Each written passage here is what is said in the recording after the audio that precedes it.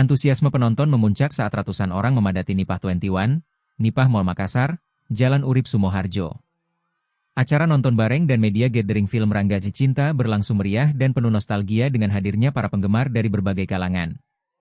Film produksi Miles Films ini resmi tayang di bioskop Indonesia mulai 2 Oktober 2025 lalu dan menarik perhatian penonton Makassar untuk menyaksikannya lebih awal dalam gelaran khusus tersebut.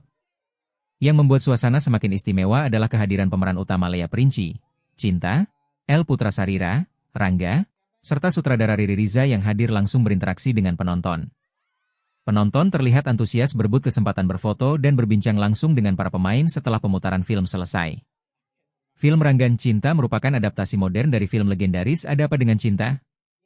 Dengan latar Jakarta tahun 2001 yang menggambarkan kisah cinta remaja penuh dinamika dan persahabatan.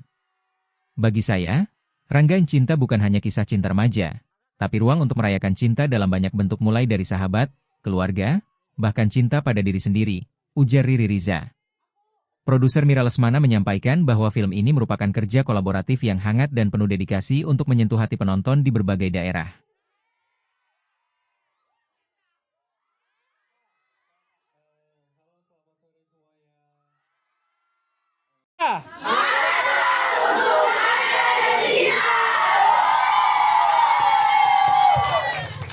Terima kasih semuanya.